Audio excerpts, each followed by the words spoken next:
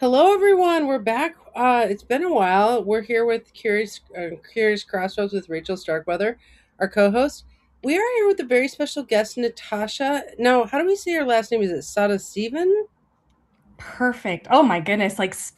What spot on the first try, can I tell Wow. you? That's a that's Hey, man, not that is I'm a not professor, so that is true. Yes, yes, that's right. Yes. Actually, that does make a difference sometimes, it's just those people that understand the difference of language, they just get yeah, it bang on. Yeah. yeah. I can see where people pronounce it like Sada Visan or Sada, like they switch the V and the S. I can see that happening. Yeah. Or a mysterious T comes in there, Oh, right after the S, and so it becomes Sada Stevens. So there's, you know, oh, that. interesting. And then there's my mom who likes to pronounce it her way, which is totally different. What's her way? Siddhasavan. Okay. Synapse. Putting the Siddhasavan. emphasis on the N on the last Yes. syllable.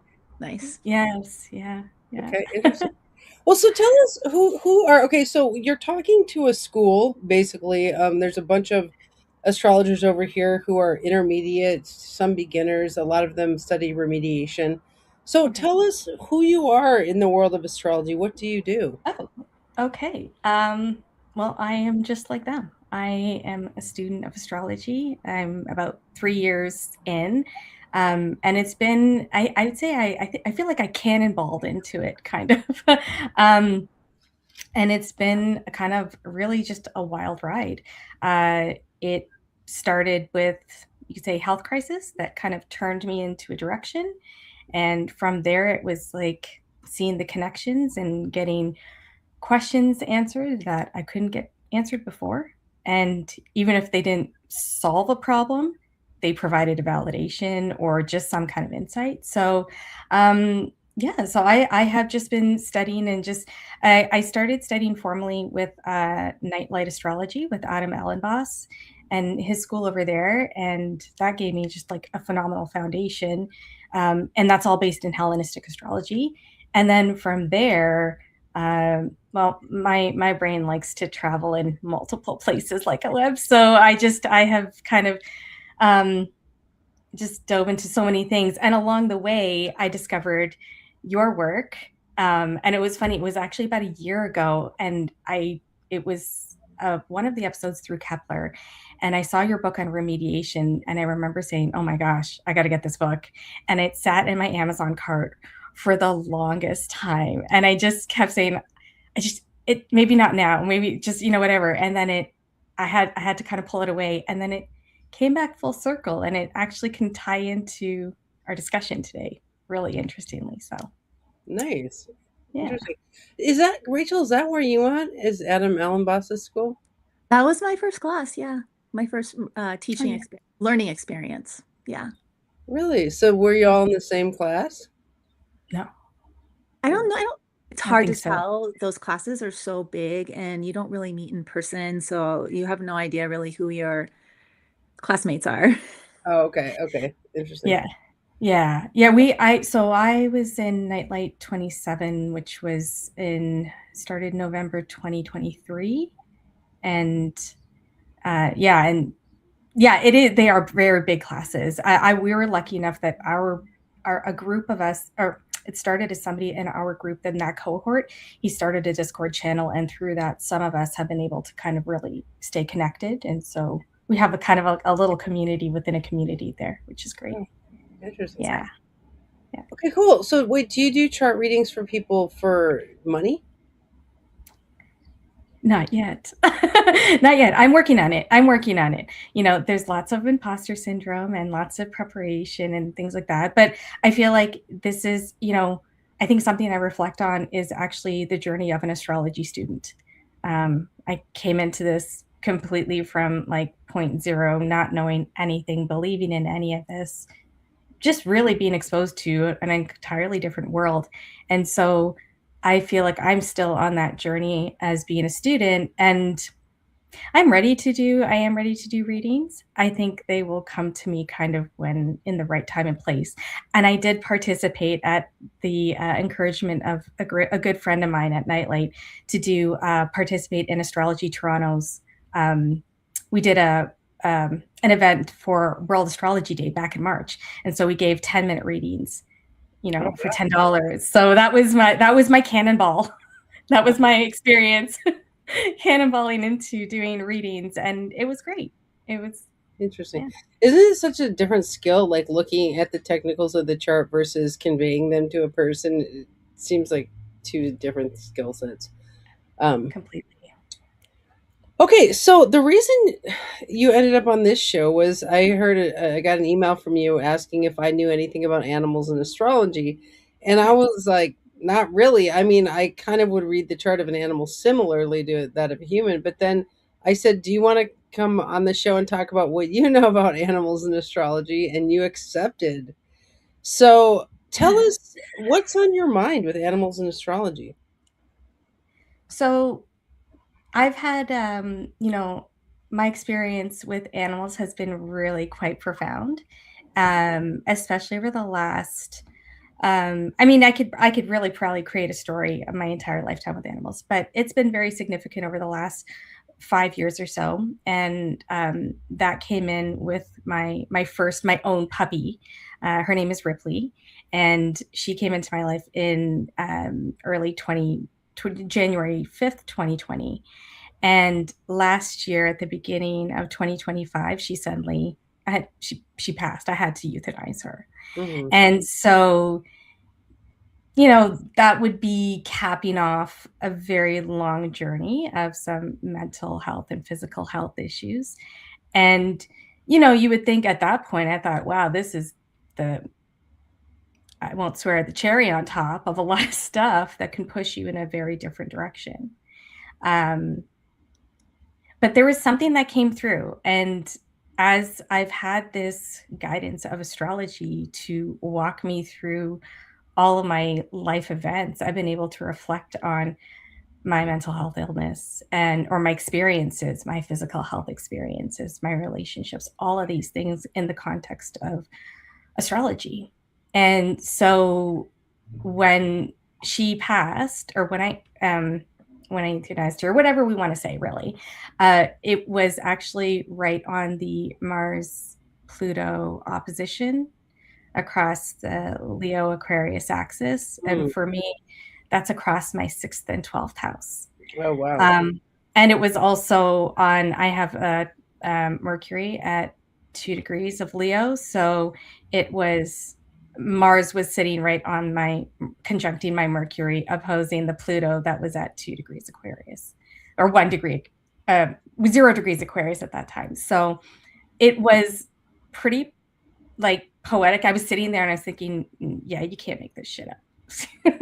Right? you For know, people watching who don't know, the sixth house is house of pets and animals, and so to have a planet in your natal chart there, and then this horrible Mars Pluto hit it, and then your pet dies. I mean, that's just so literal. it's it's literal. And the interesting thing is what I've sat I kind of what I'm going to get into a little bit of why I'm going to talk about astrology and pets. And I've had to formulate my answers around getting away from being completely technical to getting to understanding a better inner knowing. Is that I realized that there was a greater storyline that was happening. And what was interesting was that I had taken a class of his, a master class of his, on the notes. And he had told a story about when he had lost his dog. And it happened to be when Pluto, or something about the sixth house. And that planted an alarm in the back of my head. Always a probe watching, as this was going to happen. Pluto going into my sixth house. And then it did, right? Mm. And some people might say, "Oh, it was what do you call it? The phrase I'm thinking in Self my head right now." fulfilling prophecy. Thank you. Yes, that self-fulfilling prophecy. But sure, could be that. But you have to look at the bigger picture. And when I started over the last year, I needed to really understand her passing.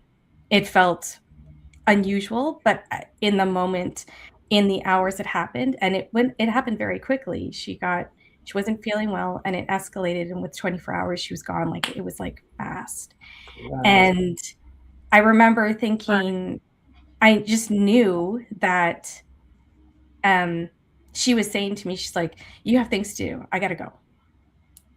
You know, Oh, interesting. and I right, and I tend to intellectualize some of the stuff. So there is this thing my teacher, my doula teacher has taught me. She's like, well, there's something buried under there. So if the tears are coming out randomly, there's something there, and that's part of this. So there was a lot of questions, but I knew there was something bigger than this horrible thing just happened, and I lost my dog.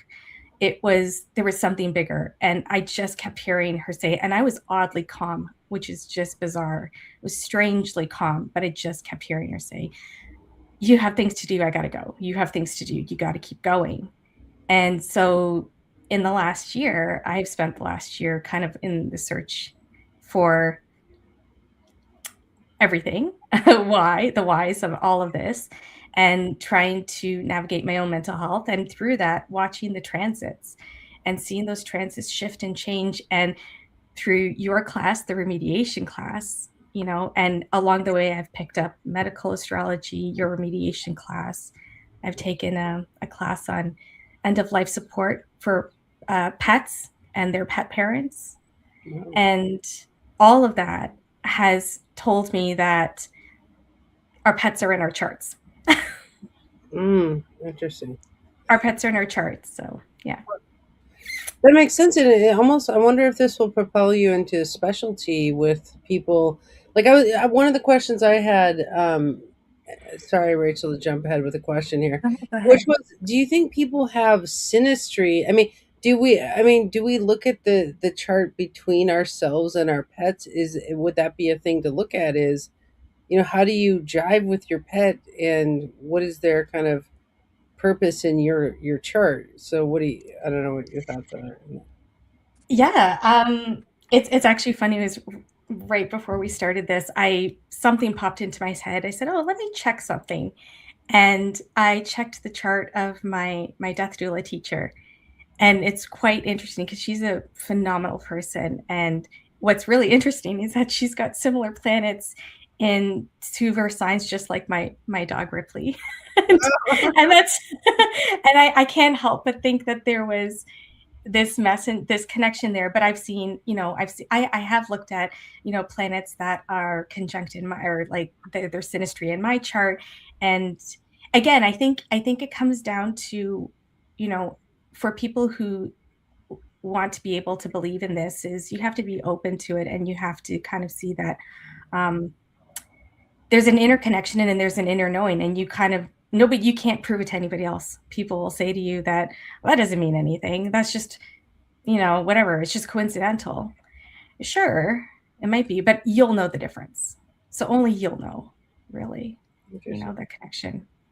Well, I know I have a good composite chart with my cat Merlin because he and I are attached at the hip, and there's three other cats in this house, and there's two other people in the house, but he and I particularly, like, he likes to craft with me, and he sits there and he has to touch everything I'm doing, and I mean, I think there are true soul connections with certain pets that you know that other people do not have with that animal.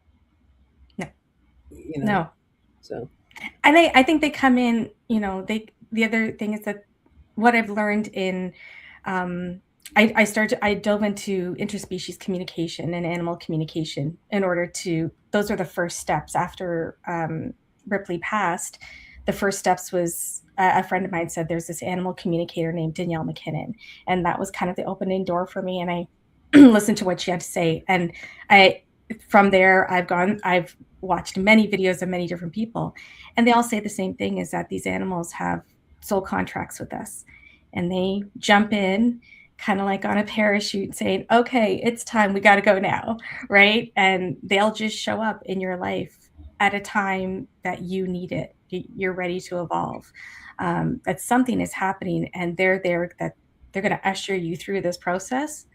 That's what Ripley did for me, and I feel like that's a Uranus and Taurus story. Like I can assign it specifically to the time Uranus was in Taurus.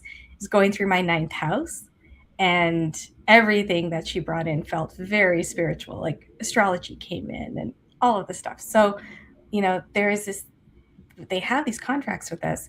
They have contracts with multiple people. And so with you, Merlin, and I'm already like in my head, I'm thinking, okay, Merlin, I have to know more about his name. And you said attached at the hip. So I'm thinking, is there something with Sagittarius there or something like, I don't know, about your whatever side he's on, because those things show up, right? And So, they're funny like that. So yeah.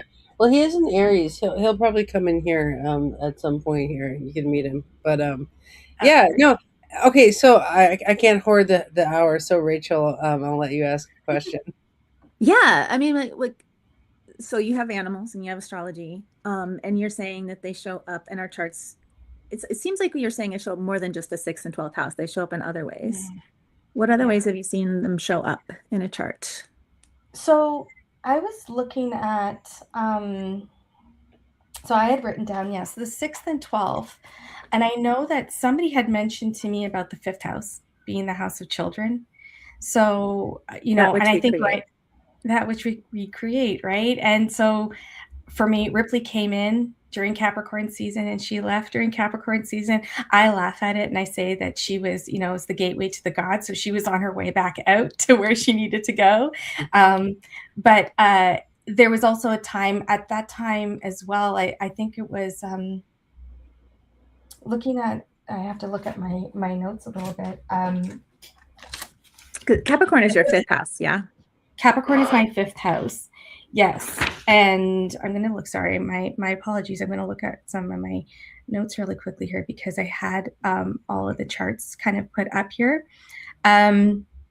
So just, things like the synastry and conjunctions, but the representation of, so Ripley was born in October.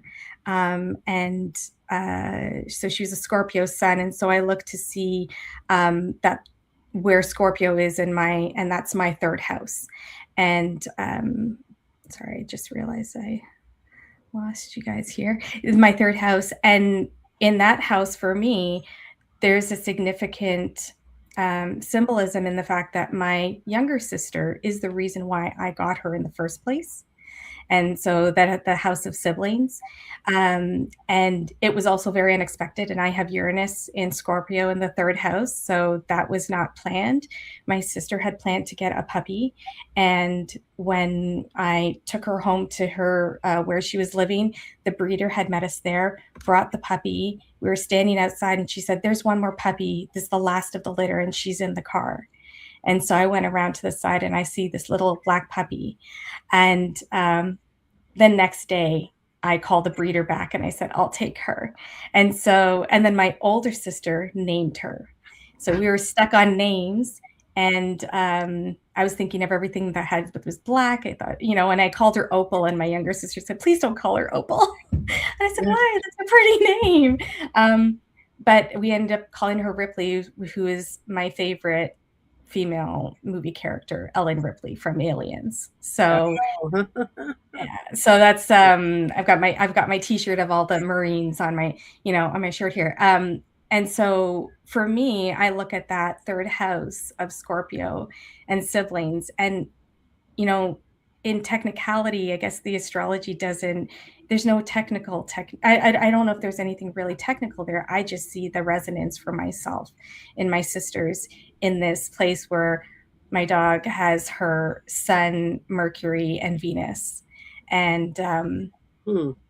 yeah, and in this local environment. And so for me, it feels special because it was special that it came from my sisters in those placements. Um, she also has a very deep connection to my brother. So there is like there's a something with my siblings as well. Interesting. Um, So the pet shows up in all the whole chart, not just in the sixth house. It depends on the story around how you got the animal and what the role they play in your life, kind of thing. I mean, this is my this is my theory of stuff as I've been sitting and looking at my chart because it's I think sitting and tapping into that inner knowing of saying something feels really unusually connected about this. Like this is more than just a coincidence. I know this feels like something more. And so I see that in the chart. And it's funny, so I have an astrology friend who we were talking about her cat the other day, and he's missing one eye, and it's his right eye. And so I asked her, I said, "Oh, do you have any eye issues at all? I'm just curious." And she herself has a specific syndrome in her eye that she had to get surgery for when she was younger called isotropia. And so that's like the inner pulling of the eye. So she's had this eye issue in her right eye, and he's also missing a right eye. And, and it's funny because we talked about the fact that her Mercury and her sun is in Gemini in her 10th house, and it doesn't see anything else. And so we kind of relate this story about how our pets mirror our internal um, mindset, our mindset, our physical um, symptoms, our projections, everything. That's what they're here for. They're here to kind of guide us and mirror back to us what we need to fix. And yeah. I love that because Merlin loves to craft, obviously, because I love to craft. And so he's always crafting with me, mirroring that back to me. But, I don't care if what you're saying is scientifically valid or true. I care that it's philosophically helpful to people. And really, I think, your job as a kind of animal astrologer would be in some ways to create soul based stories about the connections between animals and people. And so I think that's really profound. What you're doing here is you're helping them find a narrative that is deeply philosophical and spiritual about them and their animal, which I think is a beautiful thing. I do want to get into some science here or just technicals, which is okay. So let's say there's a litter of like six puppies. Okay. So they're astro twins theoretically. So they all have the same chart. So how do we look at the differences and similarities in their personalities per the litter? So I'll say this from my limited understanding and just my kind of exploratory mind. I think that again, it comes down to the individual person about how they see that group and some of the individual pets. And I say this too is based on what their names are as well, what we name them, how we treat them. I think even in a litter, you might see something. Now, I would maybe consider them, I would think that maybe we consider them as a group, but I think somebody who actually has a lot of animals could probably speak to how they um, connect with their animals. But I think that those answers only come out when you speak to someone, you talk with somebody in consultation or in a reading, you hear them talk about their animals, and I feel like it starts to show up in their chart. I think that's kind of how it works. I mean, that's kind of what I'm theorizing because, I looked for technical significations and I thought, well, it'd be good if you could say to people, which is what I was looking for. And that's the reason why I reached out to you, because I wanted to know what are the technical things that tells me that my dog is connected to me in a very special way in this life. And yeah, there were a couple things, and I've found some great things, like even K2 in Indian astrology is ruled by dogs, right? Oh, And and I think about Hecate being as having her familiars are black dogs. And so I think about the mythology of that, and you can weave in the mythology to your own chart as well to see where those placements are. But I think it comes down to how I think this is where people have to kind of get really personal with themselves and with their animals. It's like sitting quietly and observing their thoughts, observing how they address their animals, what nicknames they call them. Because even things like nicknames, I feel like nicknames show up, little things like that. And it's funny is that I talk about Ripley, and she's my little black dog. I call her my little lantern. She is like my little hermit that comes along with me. She guides my way. And what was really funny is that I thought about the same thing, but her sister came with her. Her sister is all amber. And we used to call them night and day because her sister is very high energy, very yappy. She just loves you unconditionally, will lick your face and just gives you these big hugs. And my little one would do the same, but she's a lot more um, yin. She sits back and she kind of looks at you, and she's very she'd look at everybody with a little bit more suspicion in her eyes, and so it's really funny. And they didn't quite get along. And what I've realized is actually they are day and night. They are night and day for me. And I have a solar eclipse. I was born on a solar eclipse in the 12th. And so when I look at that, I feel like they are like my little solar eclipse. And Ripley came in to guide me through a very, very difficult time in my life, Mm, very difficult. She provided me with a mindset and a space to work through a lot of stuff, but also to see my own actions and my projections. And I thought to myself when she was gone, when, I don't have a dog anymore, but um, I feel like her sister, Pearl, has picked up the role in this physical space. Ripley helps me in the other side, and she connects with me all the time. mm, And Pearl comes and visits. She was just here with us like this past week. She comes and visits, mm. and she walks me through. She continues the work that Ripley did in the physical space. So, So to get kind of technical philosophical, so I look a lot at development theory of, from the ancient times, like Ptolemy and the Tetrabiblos, and he would say that he put a lens on the growing creature where he put four influences. He would say the genetics, the culture, the climate, and then the chart. And so it's like if we look at this with dogs, it's like, okay, if they're in the same litter, they have some of the same genetics because they are from the same two parent animals. But also there's going to be different genetics just because each combo gets different genetics or genes, right? And then the culture and climate that they grow up in depends on who adopts them. And I think so they may have the same chart, but how you interact with them. And I love how you're saying that your pet kind of turns into the story that you create upon them from your chart. It's like all of us are going to put our own story onto the pet that we get, because of what we do and who some of us hike and some of us are musicians, and so that will interface with the pet too. So I just wanted to add a little development theory onto what you're saying, to just say like I think it's all those things that really affect the soul of the animal, in its evolution as well. no, 100%. And thank you. And I apologize that I had the technical stuff. Rachel, you asked me the questions and I had them written down, and I can't, my brain is kind of gone. I'll remember it after when we're done. But yeah, and it's funny because it is true. Like I was home on leave from work, and I had time to spend and train Ripley. It was a little regimented. I am a Virgo ascendant. And so it was a little, it was a little regiment, but all with love. And it taught me, though, it opened up. I mean, the world of animals has really expanded. We see, people using buttons to communicate with their animals, and all kinds of different puzzles and things. And so when I got her, it was at the time where all the stuff was flourishing too, different types of ways to do brain training with your dog, and kind of gaining trust from them, doing training with them in a way that is not harsh. It doesn't require even treats, but playing games with them that really challenge their cognitive states, because they also need work other than running and chasing a ball. And so, my sister's puppy, my sister was working quite a bit, so she didn't get the chance to do those kinds of things with her.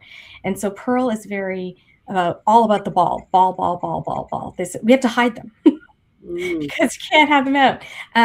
But Ripley, because I spent so much time with her and doing so many different things and working through my own mental issues. And I was a former teacher. So this is like my mom would always say, well, now you have your personal student. And I said, yeah, I can mold her to whatever I want. And so I would make games for her. I would make toys for her and make puzzles and get her to do all these things because it helped my brain. And so she was quite the interesting character. Interesting. Did Yeah. you look at the inception chart of like when you first met her?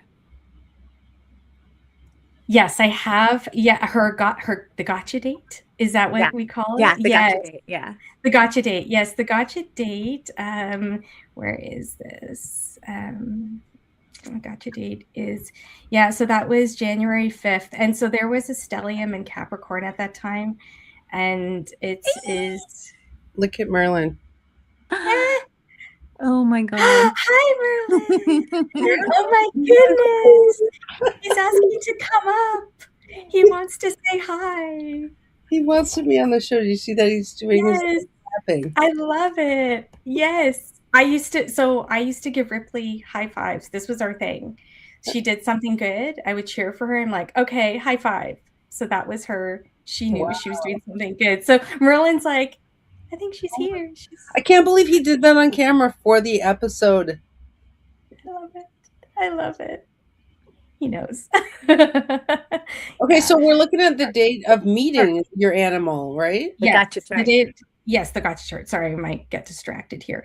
Yeah. So this was yeah. So the North Node was in Cancer in my 11th house, and the let's see, I have a stellium. There was a stellium in Capricorn in my 5th house. So and And you would Mars, attribute that to like he was your child kind of thing. I 100%, Or 100%. also Yeah, pleasure. and pleasure. The things that bring you pleasure. Things that bring me pleasure. I was super creative. At that time, actually, it was interesting too because I had burst into this phase of just making tons of art, which I have not done in, I don't know, ever. Hi, Merlin. There he comes. Hi, buddy. Never seen the cat on camera before. Ah, Amazing. I love it. Oh, and the kisses. Oh my goodness, the kisses. Oh, Oh. so Sorry, Merlin is adorable. totally in my chart. Like I'm telling you, he is my baby. I'm listen, you don't have to prove it to me. I just I believe it all. I believe it all. So I mean this is what they're here for. And it's funny because it's not just our pets. I mean, I won't skip ahead too far ahead, but because I do want to talk about that, is you can see your connections with other animals and just instances that you've had with other animals too. And I've had those instances as well. And then even the connection with the death doula teacher, just that bit of synastry there. It's quite interesting.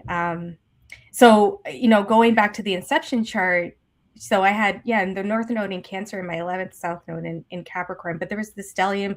Jupiter's there, Mercury's there, the Sun is there, and the Sun is trining my it's trining my ascendant Jupiter.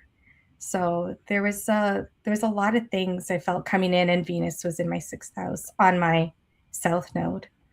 Mm. Um, and it's funny because you look at the significations of those things. I don't think always read exactly the way we would read them, but I also think sometimes we don't always look at the conditions of when all of the conditions of when your pet is there, because one of the most important thing that I learned in my death doula class is that they are here mirroring what we are experiencing. And if somebody, you can see sometimes animals come in when people are at their lowest. That's this angel kind of coming in to say, I'm going to be with you here now. And even if the person doesn't want them there, they're like, no, I'm still here. I'm still kicking Wow. him. And I personally think this is, and I'm going to say 100%, this is not, I have not done my full research. I would love to sit with people and talk to them about their pets. And I see all these influencers online, people who are connecting with squirrels, people who are foster parents for so many dogs, and people who are taking in all kinds of rescues for senior animals, whoever they may be, or playing music for animals. There has to be something in their charts, Oh you know yeah. I know right? somebody who fosters tons of cats and she is 4 planets in Sagittarius in the 4th house. And like Yeah. she just has this like farm kind of vibe at her house, like always feeding 20 stray cats and some stuff like that. And I think the sign of Sagittarius can be really animal focused. Natasha, what are your sun, moon, and rising? My sun and moon are Leo, and my rising is Virgo. I got Okay. yeah, yeah. So are your sun and moon in the 12th house? Yes, I have my 12th house is Solar eclipse plus Mercury. So sun, moon, north node, Oh my God, and that's insane. in Mercury. What is And then, your spiritual chart? I mean, that seems like spiritual, like consciousness work would be the path of that chart. I mean, absolutely. yeah, and it didn't come in until recently. Interesting. Well, okay, so I have another kind of technical question, and we're not trying to be scientific to try to Yeah, prove you right or wrong, but these are just interesting questions. So, I yeah. also had a hamster named Starlight, and I love Starlight. Now, Kazri's here. Kazri is like a super animal lover. Um, Definitely is here for this episode. Um, so Starlight was a tiny little hamster, and I loved Starlight. We would go out in her little ball all the time, and she would roll around and stuff like that. So I was going to ask if the size of the aura of the animal can affect how much like effect they have in your life or your chart, or does it matter how big or small their aura is? Mm. Oh no, I okay. My personal opinion. My dog she was 6.5 pounds, and I used to say all the time that I wanted a pit bull. She's my pit bull.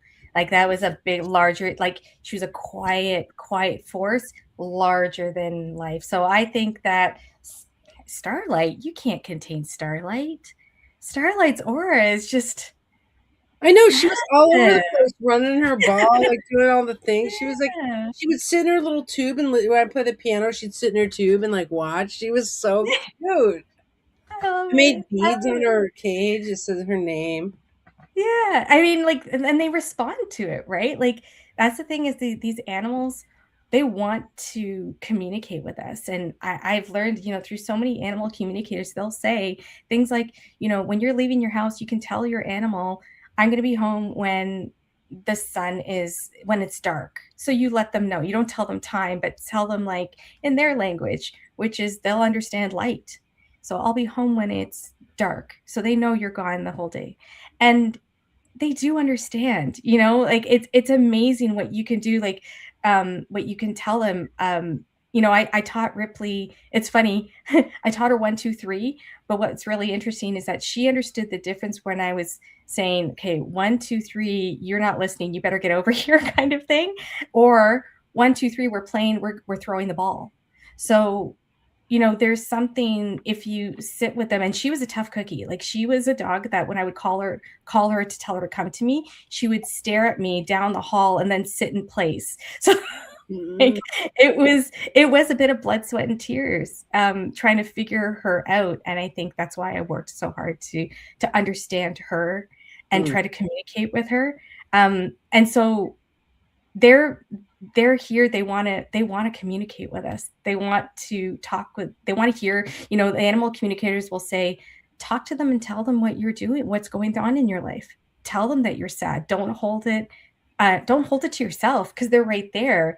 And like you said, like Starlight's little aura, what my death doula teacher Monique Brignoni, who's absolutely phenomenal, and I would highly highly recommend anybody who is in this place where they need some support if their animal is in their senior years or is ill or whatever, is to reach out to her for support, because she will walk you through a process that will make you understand your bond with your animal in a way that you've never understood. mm. And one of the things I learned in her classes is just thinking about, you talk about aura, is, we think about people being in our personal space and we're like, the person is too close. We think about our animals, they're right, like you said, at your hip. They are in our aura and we are in their aura. And so our aura gets mixed. And that's what she was trying to teach us, is that they experience everything that we're experiencing. They're Mm. trying to support us. They're trying to transmute it. And it's funny, you look at cats when they're making their biscuits, and Oh I yeah. feel like they're like trying to work it out of you.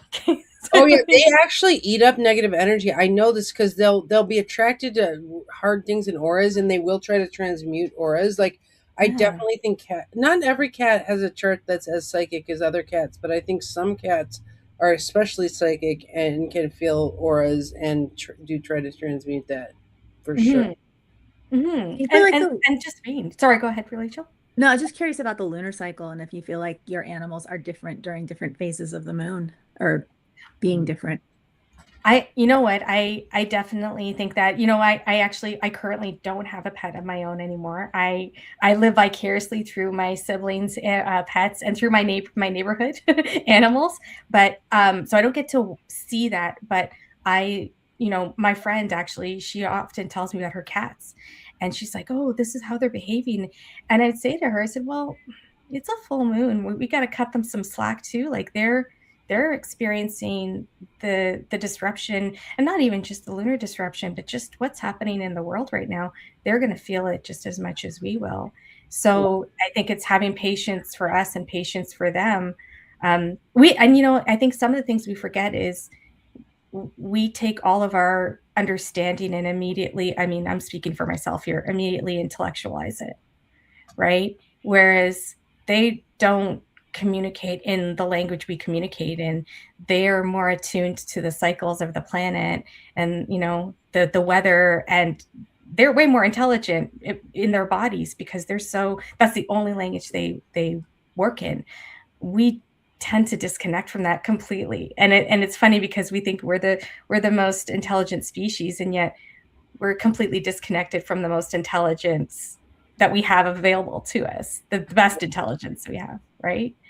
Um, Well, that makes me want to ask about transits in general. Like, okay, so I know, Mars Pluto is so interesting that Ripley passed on that transit.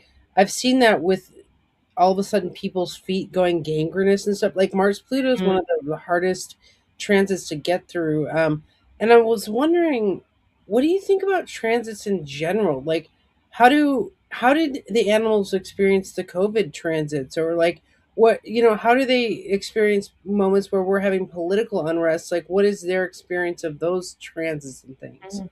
And Kazri, if you have any comments, like Kazri's an animal communicator as well, so. Oh, well, that's fantastic. Okay, so then they can school me on their knowledge because I'm not an animal communicator. I'm just somebody Well, I kind mean, of I sitting. don't know if Kazri identifies that, but I'm just saying that like we got some animal lovers in the room here. So okay, so Yeah, yeah. Transits, I think, I definitely think. I mean, if they're mirroring and they're feeling our energy, it's us, right? So whatever we're experiencing in the political unrest or the disruption or the transits, um, I feel like they do their best. I feel like I'm giving away their secrets, but I feel like they do their best to hold it down and to hold us together as best as we can. Um, but they also kind of have to, I think, they absorb it. They take it in as well, and then they have to transmute it. Actually, a really good example of this is last year I did a 4-week kind of meditation retreat with horses, and it was something that I was looking forward to for a while. Especially when Ripley passed, I just find that when I'm around animals, it cuts through some of those mental health issues, those things that feel completely impermeable. And This all would of a really sudden, speak this would really speak to your 12th house too. right, exactly, right. And it's funny. So when you say that the 12th house in transits is that, what was really funny was that Mars was going through my 12th house last year when it actually might have been conjunct my moon during one of the dates I had indicated for myself of a special day. But what was really interesting is with horses, I was taught by the facilitators there. There was one horse, and her name is Rainbow, and she would walk around. There was about 5 or 6 of us, and she'd walk around. And they told us if she stops at one person, just remember she's transmuting the energy for the group. It's not just the one person. Still, you kind of feel bad when they stop. You kind of want to say, go to somebody else. But she stopped and she stayed with me for a good solid 10, 15 minutes and just had her nose on my head. And after it was kind of done and she walked behind me, the facilitator looked at me and she said, "How do you feel?" I said, "Sure, I'm great." And then all of a sudden I kind of burst into tears because there was just something that came up. And what was really funny is that shortly after that, I could hear Rainbow peeing behind me. It was like it just whoosh. Let it go. Yeah. And then I turn around and I'm just like, I'm like bawling. And her handler, Tammy's like, "Yep, she was waiting for that. She was waiting for you." to Wow. let it out. And so I have learned that, so what the animals are doing, what horses do when they're trained to do in this situation is they are pulling out like cats doing making the biscuits, and they're pulling out that energy and then transmuting it through their own bodies, and then they release it by releasing their bladder or their bowels, and then they get it out of their system, then they have to recover. And so what was interesting is that that was happening in my 12th house. Mars was there, and the town that was in, I was laughing my ass off as I'm driving up to this little country town that's like an hour and a half away from where I live. It's called Marsville. That's funny. So Catherine's saying that she had a cat, Cody, for 19 years, who was an energy worker. There was a time that she very clearly sensed the need to work on her lower belly, on Catherine's lower belly. So she needed back and forth with the focus look for a while, and then soon after, Catherine got her period. So I don't know. Right? Yeah, yeah. It's amazing. It makes me think of this book I got that I'm reading right now called The Bad Vibes Field Guide, and it's for Oh, transmuting hard energy because I have a Pisces moon square Neptune, which makes me oddly built like a cat. Like I can feel vibes, you know what I mean? So, yeah, yeah. but the question is, what do you do with them? Because I can't make biscuits on someone, like you know what I mean. But I'm gonna take some notes from animals and That's like a whole skit, Andy. That's That's a whole skit. I know, Coming right? up to humans and just I would love that. Oh my Oh goodness. my god. Oh, there goes my No, but I lol. think there are Yeah. documented cases of like somebody has cancer and the dog keeps eating eating the aura around the cancer, or there's service animals that can definitely feel energy. Like if somebody's going to have a seizure, they'll feel like the aura is Yeah. shaking or whatever. So I think there's actually documented cases of animals feeling auras and doing stuff about it and being trained to do stuff about it.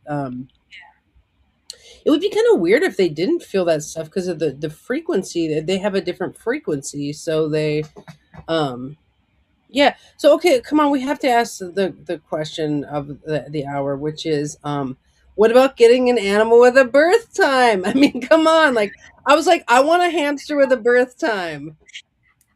Well, this is the interesting thing. And actually, I just recently, I think somebody, Heather, Astrology with Heather, she just posted about her dog, and it was phenomenal. She actually had a birth time for it, and so she was able to walk people through um, her dog's demeanor, her personality, her way of being with other people, and it's quite fascinating. If you have that birth time, and I would imagine then you can start playing with the synastry a lot more. Um, Besides that as well, I actually looked up some also like some locational like astrocartography, and I also found that there is really interesting links with that as well. And I'm very new to it, but I noticed that like I said, I just learned this recently, but I noticed that my death doula teacher, I have a Chiron line going through where she lives, which is like a healing line. And taking her course was incredibly healing for me. It changed things dramatically for me.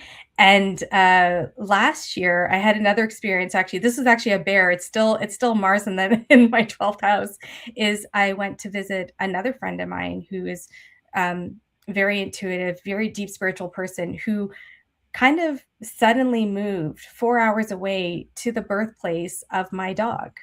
And that was very interesting. It's 4 hours up north, and I went to visit her. I've never been there before, and I had an encounter with a black bear, and it's a pretty interesting experience. And there's a lot of synchronicity there. It's a longer story that I won't go into now, but when I looked at it, my Jupiter and my ascendant line goes were going through those that city and nearby. Interesting. Okay, so check this out. In the Wonder Book of True Astrological Case Files, which I wrote with Judith Hill, we have a story called The Cat Who Loved Music. Okay, I just want to read a little bit from this. Okay, so Judith wrote this story and she says, traditionally, a woman born with the same chart as Twilight would be beautiful, vain, chatty, and most of all, an aficionado of melodious music, literature, and culture. Although a cat, Twilight appeared to be all of these things. There was no doubt as to her beauty. Everyone would comment upon this simply gorgeous creature. And vain, she would sit patiently and poised upon her grooming perch, feet together, waiting to be brushed. She was an expressive conversationalist, not only adept at talking, but also having a tendency to eagerly respond when addressed. Twilight enjoyed poetry readings and strangely raisins. But most Venusian of all was the most unusual interest and pleasure she took in fine music. She particularly loved the famous voice of Marie Callas. No sooner would a Marie Callas album begin playing than Twilight would lie upside down, head next to the speaker. She appeared to be in a rapturous state of trance. Anyways, this goes on and on, but I there's love it. stories in this book about animals with birth charts, and yeah, like they absolutely we have dogs that are runners, and Yeah, dogs that are talkers, and some cats are super talkative. I mean, yeah. some cats meow and meow and meow and meow, and others are very quiet, and so we had to look at the mercury of those animals and things like that. I think all things would be expressed through the chart. Yeah, yeah, and I think of like with Ripley, with her sun, Venus, and Mercury in Scorpio. Even though her sisters is there as well, I look at also that or she has her moon and Jupiter in Sagittarius. It's interesting when you see the expressions of them because it's just like people, like you don't always see those like all of the expressions of that person, right? It comes out different times, it might come at different phases. And one of the things I would like to look at with people to find out more of the technical stuff is just even looking at their progressed moons and seeing when the animals came in. Things like it could be like zodiacal releasing or perfections or any of those technical things. But I think that for me, as much as I love to lean on the technical stuff because that's where I want to go to first. But I think that individually for people, if they sit and just think about the symbology of themselves and their animal, they'll find it in their chart. If you Mhm. just if you like sit and look at things like oh, I had something just at the tip of my tongue right now, but okay, so for example, Monique talks about even your animal's name. So my animal's name, my pet's name was a name that my sister had suggested. It's my favorite movie character. Sure, everything that makes sense. I do also think it's funny that it's from the movie Aliens, where they say, in the dark, no one can hear you scream. So we kind of laugh at the darkness part of her, and she was hard to take a photograph of. So it was really funny that this little black orb that was always kind of near my ankles. Um, but oh, I'm going to lose my train of thought there about her being Scorpio. Oh shoot, it just slipped my mind there now about Was it her about the personality. different ways that someone can express a Scorpio? Yeah, and even just being Mars ruled, and her Mars, Ripley's Mars is conjunct my Mars, which is conjunct my Pluto. So I always kind of laugh at that. Oh, sorry, what I was going to talk about was her name. So Monique took us through this exercise, and I said, okay, yeah. She was, what does your animal's names mean? And I, told the story, and then going through the etymology or just saying, hey, what does this word mean? I actually found a meaning for the word Ripley that when I discovered it, I had a little bit of a flutter in my heart because if you Google it, a Ripley is like a field, a clearing in a field with like maybe a forest or something. And I thought that is really weird and bizarre because often for years and many, many, many years, when people say, okay, close your eyes and visualize something or visualize your favorite place. People always say, visualize your favorite place. Mhm. My brain will always go to like a meadow that's surrounded by trees And we'll Wow, go to a Ripley. and it'll go to a Ripley. that's interesting. That's so interesting. Um, And so yeah. I think it's your own symbology. I think people need to kind of sit quietly and say, like I call her Rips. She's my little rainbow. I saw a rainbow that confirmed. I felt like when she crossed that rainbow bridge, I got a confirmation in real time. She's like, Mom, I had to confirm her aftercare after she passed, and I was putting it off and putting it off. And there was a deadline on the website to choose her urn and do the cremation, everything. And I kept putting it off. And I said, finally, just do it. And literally, right when I did that, I was at my friend's house and I saw this rainbow show up, like this light coming in from her window, and it showed up on one of her pieces of furniture. And immediately I said, okay, she's like, I'm good. You got it done. You got your job done. Wow, interesting. Quite Bright is here saying on Monday I had to put my almost 17-year-old dog Samuel to sleep. He had Neptune squaring his natal sun and Pluto opposing his natal moon. Okay. Mm. I have to say, and we only have 2 minutes, so we got to check out here and figure out how people can contact you. But I did deal with a hip surgery on a dog once, and it was Pluto and Capricorn going over the dog's Mars and Capricorn, and like there was inflammation to the knee and everything like that. I have seen medical cases be very literal in animals, and if you look at the chakra structure of animals, they are very similar to humans. They have all the chakras and things like that. So I think you in some ways you can read a chart medically like a human in some ways is going to be different for the breed. But okay, Natasha, thank you so much for coming on here and we got to know you a little bit. Where can Thank people you. find you if they want a reading or to talk to you about their animals or do research with you, or how can they find you? Sure. You can email me at blindspotastrology@gmail.com. It's all lowercase, all one word. Wait, hold on. And yeah, Blind spot astrology at gmail.com. Okay. yeah. And also I'm also doing a podcast with 3 other amazing astrologers from Nightlight, and our channel is called Astropraxis, and it's Astro space Praxis, PRAXI 5. Oh, Oh, nice. cool. And On so we've YouTube. been doing, on YouTube. So we've been doing a few episodes there, and yeah, it's great. Let's have Great. to check that out. Yeah, Well, Natasha, we would love to have you around the Morning Press anytime. There's many remediation reading groups and things. So if you ever want to come hang out with us, please That do. was one of the questions I didn't get to was pets as remediation. That's Like what I how have too is pets yeah. as remedies. So that'll have to be another episode. But I would, sorry, go ahead. go ahead. Go ahead. No, I just want to say thank you so much. There's so much more I wanted to say, and I know that I kind of, you know, go in different circles. There's so much more that I'd love to share about animals and pets and all this stuff. And I want to say thank you to you, Andrea, because your work I just think is absolutely phenomenal. Even, the color theory is even helping me understand all the stuff with animals. So just, yeah. Hey, thank you so much. If you fill up with an episode 2, just reach out to me and we will get you on the schedule. Wonderful. Yeah. And thank you so much, Rachel. I Lovely to appreciate meet you, Natasha. it. It's All right. lovely to meet you too. Bye. Take care. Bye.